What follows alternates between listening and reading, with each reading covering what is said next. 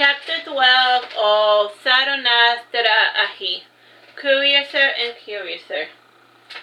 Location: interior of the Citadel, year 10, month 3, day 20, 9:30 a.m. During the last few hours, the knights and the guards planned the best way to break the news to the Duke.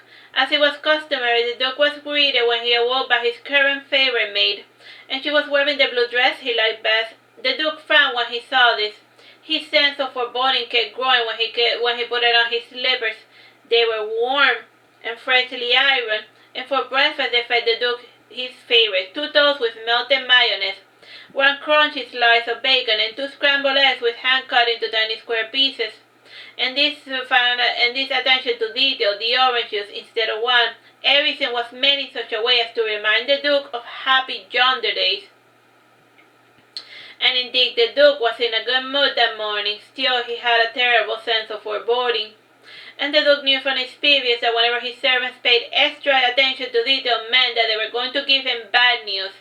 And while the Duke sipped on his orange juice, he wondered, had Berthame found out about his secret money stash? Maybe Godiva had found out about the stolen goods, and when was the wife and the bride supposed to be back again? And these and many other thoughts ran through his brain, and indeed the Duke was making himself sick with worry. And eventually he walked meekly towards the audience hall in anticipation of the dreadful news. And his knights were surprised to see him there beforehand, and the Duke sat on his throne with one leg on the armrest while he rested his head on his hand. He made certain to enter as quickly as possible, and the throne was originally made of hardwood, and the Duke refurnished it to make it comfortable with the addition of cushions. And the carvings had dragons coiling around the sides of the red cushions, and the chairs were scroll-shaped, and the top had several scrolls which called at the tip. And at the tip was the 4-pointed star Polaris, and the audience hall was held up by domineering columns. And on the walls behind it were torches, and a red carpet led towards the throne. And the walls were still preserved their old stone brick looks, and there were 3 doors in this room, and 2 were the throne, and the last one was the entrance portal, and 4 large paintings hung on the aisles, and each was depicted a scene of the Duke's life, his birth, youth, war period, and coronation. A fifth painting behind the Duke was kept behind a curtain, and this one showed the Duke with his wife and children, and this painting was only unveiled during the few moments that the family was together under one roof. And once a day, at 12, the Duke used to sit there for 2 hours hearing briefing, reports, complaints, etc. Though it was early, the generals and the elite guards and noblemen and his jester were assembled, and the Duke observed his underlings talking in a circle by the entrance portal, and they only did this whenever they planned to deliver terrible news. And his knight of fire whispered to the jester, "No, you tell him." "No, Mrs. the lad should do it," said the jester, pointing to the Duke's favorite maid, Matilda Dawes, and the blonde maiden with big gray eyes and shapely body had grown up with the Duke. And when he was younger, the Duke wanted to marry her, and naturally this did not occur. And Matilda knew the Duke like the back of her hand, and the Duke in turn was acquainted with all of Matilda's demons. And though the love had faded away, Matilda was the only woman the Duke still respected and admired. And in indirect fashion, Matilda acted as the Duke's regent, and she took care of anything that the Duke did not feel like bothering with on that day.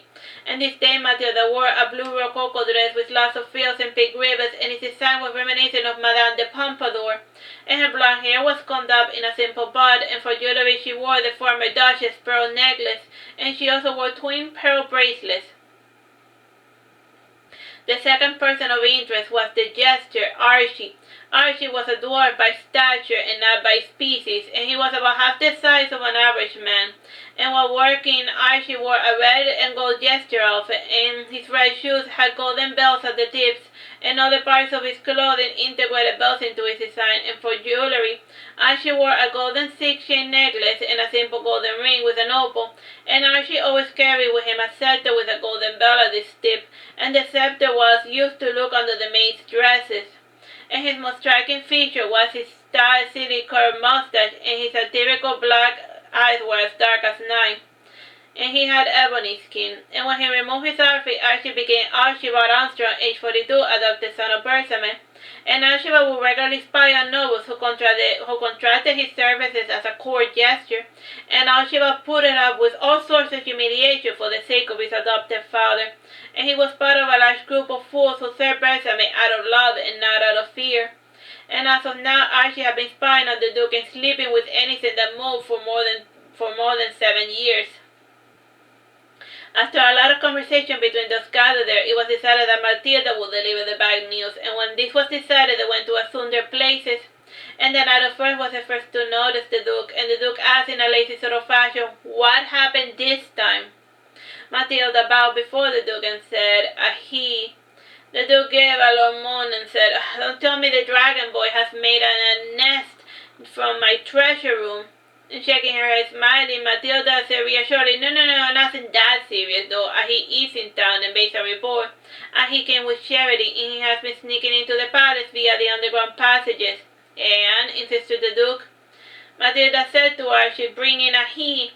And the Duke sat up on his throne with expectation, and Archie went towards the portal, and he unrolled a large scroll, and he yelled in a high-pitched voice, "Presenting the illustrious Ahi, the fatal dragon bride, spawn of blood red, bringer of plagues and all that nonsense." The guards outside opened the gates ajar to let Ahi enter within, and the Duke found Ahi's face familiar, and he half remembered seeing Ahi when Charity arrived. And the Duke noticed a strange-looking crown in Ahi's hand, and smiling benevolently, the Duke asked, "Ahi, can you show me your jagged crown?" Ahi nodded in response, and frowning, the Duke said to Ahi, "I forget the kid has pudding for a brain." Archie took Ahi's hand by the hand, and together they skipped towards the Duke, and the Duke, seeing the odd pair, shrugged his shoulder. And Ahi still held the long scroll and folded flapping behind him as he went, and the Duke had a what is going on type of expression. And was standing before the Duke, as she bowed and said, "Methinks, your sire, for the lad is occasionally lucid, and his calligraphy is most exquisite when he has the mind to not play the part of a fool, and it takes a fool to know a fool, mind you, sire." So, like, what the fool is basically saying that he doesn't have pudding for a brain, he just fooling around, putting on an act, because he's bored of his freaking mind. As she handed the Duke the long 1-meter scroll, and the scroll had a sample of his calligraphy, and he made a perfect duplicate of the writing sample offered by the other knights. And he smiled when he saw the Duke's bewildered expression, and the Duke then said to Archie, "So the king knows how to write. So he just pretended to be a cretin so the townspeople will go easy on him. And I have wanted posters of him all over Praga. I've seen wanted posters of him all over Praga, and he apparently a notorious pickpocket. Again, your sire, he dares not pretend, and his intellect waxes and wanes like the phases of the moon. As for his personal property, it seems to be a concept which eludes the child," said the jester, pointing at Ahi with his scepter. He gave a slight bow with his hands behind his back, and when his Asian bow was unfamiliar to the Duke, and how he understood its meaning, he would have been greatly displeased. And the Duke frowned at his gesture, urging him to try to explain this mannerism, and Archie was at a loss for words. And the Duke then asked, "Does anyone know how we can get rid of this pest?" And Matilda thought a moment before saying, "Forcing Ahi to leave may not be wise, and I heard some kids in Praga chase Ahi out of town, and after 10 days one of them died of a horrible death, and the other kids went insane." And then Otto first thought it, and I heard rumors of a lad visiting other towns with Charity, and he usually lives with them of his own accord, and the fact that he stayed behind this time does not bode well for us. "I see," responded the Duke, and Archie then started playfully poking Ahi with his cheek with the bell of his scepter before saying, "The lad is harmless if unprovoked," and Ahi pushed the scepter aside before whining, "Stop!" And Archie in response struck Ahi in behind with the scepter, and in response Ahi started running away from the jester, and Ahi moderated his speed to allow the jester to hit him from time to time, and the pair ran all over the audience of bumping into all those assembled, and from time to time the jester would purposely hit either a knight, the Duke, or Matilda. And the little game went on for 5 minutes until the Duke snapped and yelled, pointing at the jester, "Enough of your buffoonery." The pair started running when the Duke snapped an imitation of someone, and he said, "You meanie, I haven't done anything wrong." And then he fell on the floor and in imitating the tantrum of a 5-year-old little girl. And Matilda and one of the knights had a hard time suppressing their laughter. And as she sat beside her, he tried his best to console him. And he said in a soothing voice, "Don't cry, lad, the Duke is a true fool, and dry your tears, child, all is well." And by now the Duke was starting to get a headache, and he had never had a patience for crybabies. And sighing, he said, "If you had nothing else to report, then take that thing out of here and go about your business." By now he had calmed down, and he was not truly sad, rather he was pretending to annoy the Duke, we think. And Archie got up swiftly, and he took the crown from his hand, and bowing before the Duke, he said, "Presenting the Queen's crown of your ancestor, or what's left of it, and he has been eating it." The Duke took the crown in his hand, and he looked at it, and indeed the top looked as if pieces had been beaten off. And chuckling, he said, handing the crown to Ahi, "You can have it back. At least you gave it a better use than I ever did." The Duke's underlings gave a sigh of relief when they saw that the Duke had taken the news so well.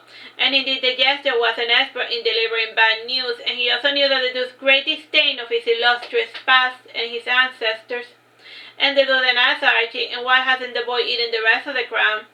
"I think he's saving it for later, sir," said Archie when he saw Ahi taking a small bite from the crown.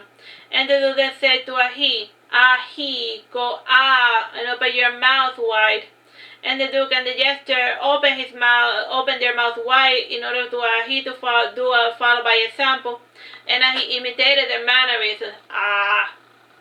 And while he kept his mouth open, he could not help but notice the Duke's golden teeth, and even Archie was missing a teeth or two, and with his 2.5 fangs, and in turn the Duke and his underlings noticed the perfectly even razor-sharp fangs of Ahi.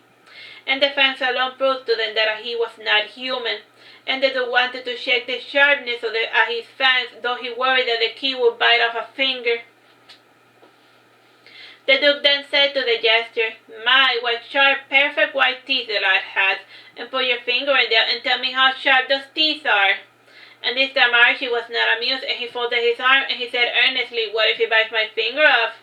"You either lose a finger, or my knife will cut off your entire arm," said the Duke in earnest. Archie looked at his hand, and debated which finger he planned on losing. And eventually he started to forego his left pinky. And by now he had gotten the gist of the conversation, and for that reason he started snapping his mouth as Archie's finger grew closer. And the crowd waited in anticipation for Ahi to bite off Archie's finger.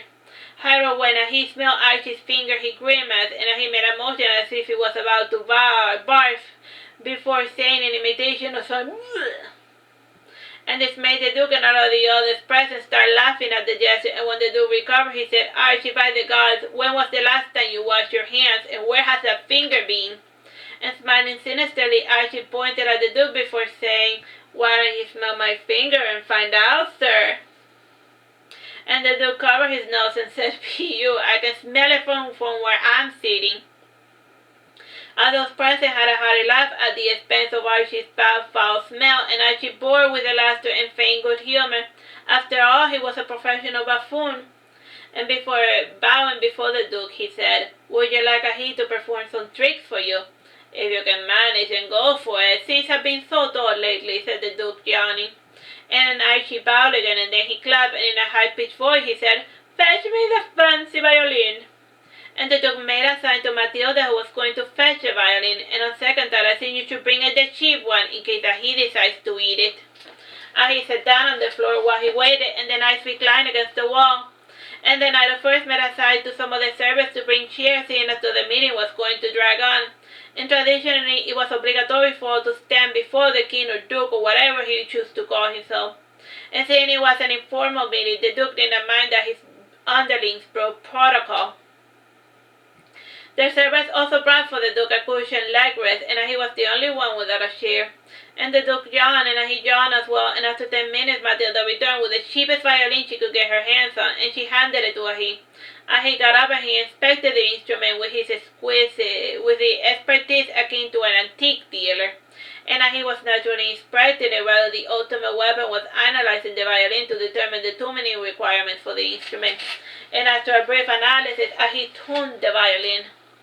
The Duke commented to his jester, who sat at his right hand, as if he was a queen. So far so good. When the violin was attuned, he played the violin concerto in D minor by Sibelius. Needless to say, none of the Saturnastra's ensemble recognized the song, and we also added orchestral music in part of the concerto, which demanded, and the environment produced by our music took the audience to a faraway place, and when he finished, he smashed the violin against the floor in imitation of a rock star, and the sudden ending startled the audience back to reality, and the Duke shifted uncomfortably in his throne before saying, It is a good thing we gave him the cheap violin. I can't tell if he's a genius, a cretin, or a madman. Maybe he's a little bit of everything, suggested Archie. Perhaps, said the Duke, rubbing his chin thoughtfully. And Matilda then suggested, why don't we have the kid do some simple tricks, like juggling? The Duke made a sign to the jester, who went to fetch oranges from the kitchen, and he gave some oranges to Ahi, and he kept the rest himself. And Ahi frowned when he saw the oranges, and being a carnivore and a metalivore, Ahi was not fond of fruits or vegetables. Ahi then swiftly returned the oranges, and Archie then said to Ahi, they are not to eat, but to play with, and Archie gave the oranges back to Ahi, and Ahi held the oranges in his hands with disdain, and he watched the jester throw his first orange in the air, and then another and another. And Archie juggled the 6 oranges skillfully, and Ahi watched the gesture with green amusement, and after watching him for a bit, Ahi concluded that the gesture wanted him to play along. And to amuse Archie, Archie juggled the fruits in perfect synchronicity. And the Duke found this eerily, and after juggling the oranges, Archie and Ahi did their silly acrobatics while juggling, and after his performance, the Duke clapped, and the child's mimicry was amusing. And the Duke made a sign to Archie to stop his performance. Smiling, the Duke said, I have decided to keep Ahi for a pet, and Archie settled him in and get some gold from the vault and make a bed for this dragon. Are you certain? Asked Archie, scratching his head. Yes, rumors about Ahi will make us stronger than the other holes. And you said so yourself, if Ahi gets pestered, he will kill. And should anything happen, we can just throw him into the battlefield. And Berthame's favorite host have dragon, and since he won't give me one, I will use this one, he said, pointing towards Ahi. Ahi gave a sideways look and looked rather confused indeed. And then the Duke added, yawning, take that thing out of my sight for now, and be gentle, you don't want him going crazy and killing you as he did the others, said the Duke sinisterly. And Archie took Ahi by the hand and led him out of the audience hall. And the group watched the odd pair live in silence, and aside from the Duke, no one seemed too thrilled to have Ahi as a permanent resident. And we guess now would be a good time as any to explain a few things. And at the end of the observation too, Ahi had been chased out of town by a gang of evil kids. And the terrible fate was responsible for the rumors surrounding Ahi, and if you remember correctly, Peter had licked Ahi's corrosive blood.